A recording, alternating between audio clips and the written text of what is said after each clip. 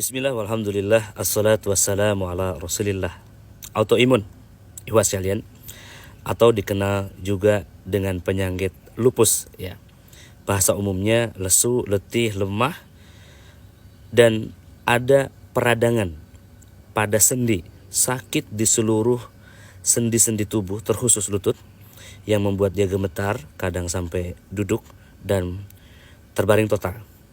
Ya, penyakit yang berpindah-pindah yang disebabkan oleh lemahnya atau jatuhnya pertahanan atau sistem imunitas di dalam tubuh kita yang disebabkan oleh faktor psikis atau kondisi perasaan atau kejiwaan seseorang.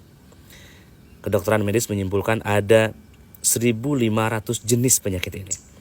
Intinya dia menyakiti persendian manusia ya, di tubuh, di tulang belakang, atau di berbagai tempat yang menimbulkan fatality.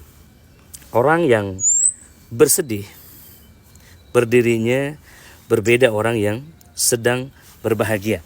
Ayo sekalian, orang yang dalam keadaan sedih, tubuhnya terasa lemah, lututnya gemetar, dan dia merasakan hopeless ya, tidak semangat untuk hidup, tidak tentu arah.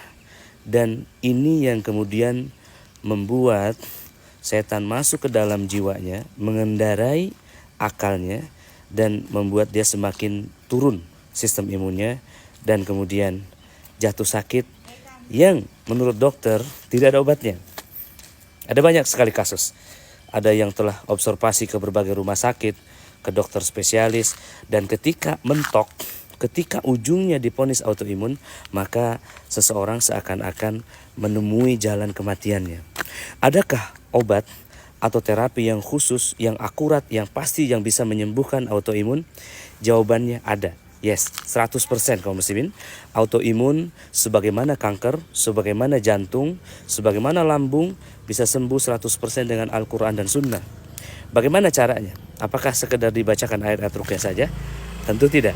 Ada akar di balik autoimun itu, yakni kesedihan mendalam, kekecewaan yang ada tersimpan di dalam jiwa seseorang. Kesedihan yang bertumpuk-tumpuk, kesedihan yang terus-menerus yang melemahkan sistem tubuhnya, seolah-olah tubuhnya mengatakan tidak perlu lagi hidup. Bagaimana cara penyembuhannya? Yang pertama, hapus kesedihan di dalam jiwa seseorang tersebut. Dan tidak akan bisa dilakukan hal tersebut kecuali ketika seseorang telah menyadari betapa besarnya, betapa mahalnya nilai kehidupan ini. Jika saya misalkan hari ini menjanjikan Anda untuk transfer sebesar 100 miliar dan itu menjadi milik Anda, lalu syaratnya satu, besok Anda tidak bangun lagi untuk selama-lamanya, apakah ada yang berkenan? Apakah yang mau mendapatkan uang 1 triliun tapi besok mati? Maka jawabannya tidak akan ada pernah. Tidak akan pernah ada orang yang mau mendapatkan 1 triliun lalu besok mati.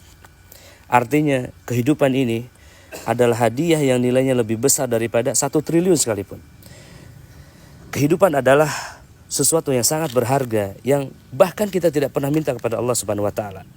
Ya, Allah Subhanahu wa taala menghadiahi kita kehidupan ini dan kita wajib mensyukurinya, hamba-hamba Allah. Ya, mensyukurinya sehingga nikmat itu bertambah besar, bertambah luas ya, dan nanti Allah sempurnakan dengan surga yang abadi. Nah, hanya manusia tidak akan bisa mendapatkan hal tersebut.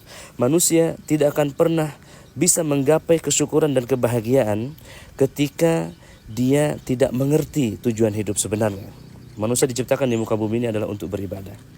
Wa ma khalaqtul jinna wal insa illa liya'budun ya. Dan tentu beribadah kepada Allah perlu iman, perlu kekuatan pada imannya, pada akalnya dan pada jiwanya. Seseorang yang bersedih, seseorang yang jiwanya lemah, dalam makna lain dia sedang mengingkari nikmat besar ini. Dia sedang marah, dia sedang kecewa kepada Allah Subhanahu wa taala. Ya. Memang secara zahir dia kecewa kepada alat-alat uji, kepada musibah, kepada sihir, kepada penyakit, kepada manusia yang mengkhianatinya, yang mengujinya, ya, yang menakutinya, yang mengancamnya.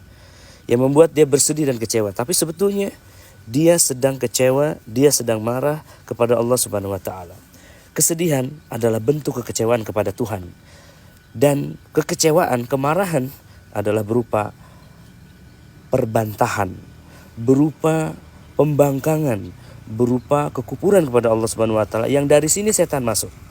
Setan masuk melemahkan perasaannya, menguasainya, dan kemudian menguasai akalnya dan menimbulkan berbagai penyakit yang dia inginkan. Ada ciri khas daripada gangguan jin, yaitu sakit yang berpindah-pindah ya sekalian. Maka apa saja penyakit yang berpindah yang disebut metastase, ya, maka itu adalah penyakit yang biasanya tidak mungkin sembuh secara medis dan pasti akan sembuh dengan Al-Quran Al-Karim. Jadi hapus kekecewaannya dan bacakan Al-Quran sampai Al-Quran itu meresap ke dalam tulang belulangnya, meresap ke dalam darahnya, meresap menguatkan jiwanya dan menyembuhkan rohaninya, niscaya akan sembuh. Nabi SAW bersabda, "Alla inna fil jasadi mudghah." Dalam jasad manusia ada segumpal daging. Wa idza saluhat saluhal jasadu kullu. Ketika dia sehat semuanya. Wa idza fasadal jasadu kullu. Ketika dia sakit maka sakit semuanya. Akar masalah daripada autoimun ada pada jiwa manusia, pada perasaannya. Jadi semudah memaafkan, maka autoimun ini akan lepas seperti tali yang terputus. Namun jika seseorang diruqyah, diterapi dengan berbagai cara, tetapi akar masalahnya yaitu jiwanya yang unhappy, yang tidak bahagia, yang tidak puas, maka dia tidak akan pernah menemukan kesembuhannya. Adapun obat-obat semisal probiotik, obat-obat booster untuk stamina, ya, menaikkan HB dan seterusnya, ini adalah obat-obat yang sifatnya fisikal. Ya, saya setuju dengan nutrisi, protein, vitamin yang diberikan oleh para dokter medis, ya, untuk meningkatkan stamina sistem tubuhnya, ya, tetapi untuk rohaninya dia perlu penenang jiwanya, perlu sakinah yang turun ke dalam dadanya. Allah Subhanahu wa taala berfirman, "Huwallazi anzala sakinah fi qulubil mu'minin." Dialah Allah Subhanahu wa taala yang menurunkan sakinah ke dalam dada hamba-hambanya yang beriman. Ya. Walillahi junudus samawati wal ard, dan milik Allah lah pasukan langit dan bumi. Dan kaum muslimin, ya, mudah-mudahan video ini menjadi kabar gembira, ya, bahwa autoimun bisa sembuh dengan terapi Al-Quran Al-Karim. Bagaimana prakteknya kemudian? Ya, sekalian. Pertama, ya, kita harus bersepakat dulu, ya, bahwa kesedihan adalah bagian daripada kekufuran. Kesedihan yang mendalam, kesedihan yang tidak ada ujung, kesedihan yang bermuara pada kemarahan pada Allah Subhanahu wa taala. Ini adalah awal dari petaka. Nabi SAW bersabda, sesungguhnya besarnya pahala sesuai dengan besarnya ujian. Ketika Allah Subhanahu wa taala mencintai satu kaum, maka dia akan timpakan dengan berbagai musibah. Ketika seseorang ditimpakan musibah lalu dia ridho, maka Allah Ta'ala ridho kepadanya. Ketika seseorang ditimpakan musibah dia marah, Allah Subhanahu wa taala murka kepadanya. Kaum muslimin, para ulama menjelaskan, ketika seseorang ridho, terbukalah jalan-jalan menuju kesembuhan. Ketika seseorang itu marah, maka tertutuplah jalan-jalan menuju rahmat dan kesembuhan dari Allah Subhanahu wa taala. Ingat ketika iblis diusir dari langit, Allah taala berfirman, "Qala fakhruj minha fa innaka rajim." Maka iblis membantah. Dia mengatakan, "Qala rabbi fa'andirni." Ya Allah, seandainya saja usiaku ini engkau panjangkan, maka aku akan buktikan bahwa aku benar dan Adam keliru. Aku yang lebih baik daripada Adam. Ana khairu minhu, kata iblis. Dan kemudian Allah Ta'ala mengatakan, "Qala fa innaka minal mungdarin." Silahkan, aku panjangkan usia kamu. Ya, dan setelah dipanjangkan usianya, ternyata iblis masih berkata. Dia mengatakan, Qala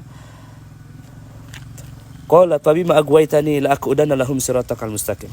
Oleh karena engkau telah sesatkan aku akan sesatkan mereka semuanya. Tsumma la'atiyannahum min baini aydihim wa min khalfihim. Aku akan datangi mereka dari depan, dari belakang. Wa an aymanihim wa an samailihim, dari kiri, dari kanan. Wa la tajidu aktsarahum syakirin. Iblis mengatakan, aku akan goda manusia sampai engkau temui sedikit di antara mereka yang bersyukur. Dan orang-orang yang bersedih dengan kehidupannya adalah orang-orang yang tidak bersyukur. Semoga Allah Subhanahu wa taala anugerahkan kita nikmat untuk bersyukur dan Allah taala angkat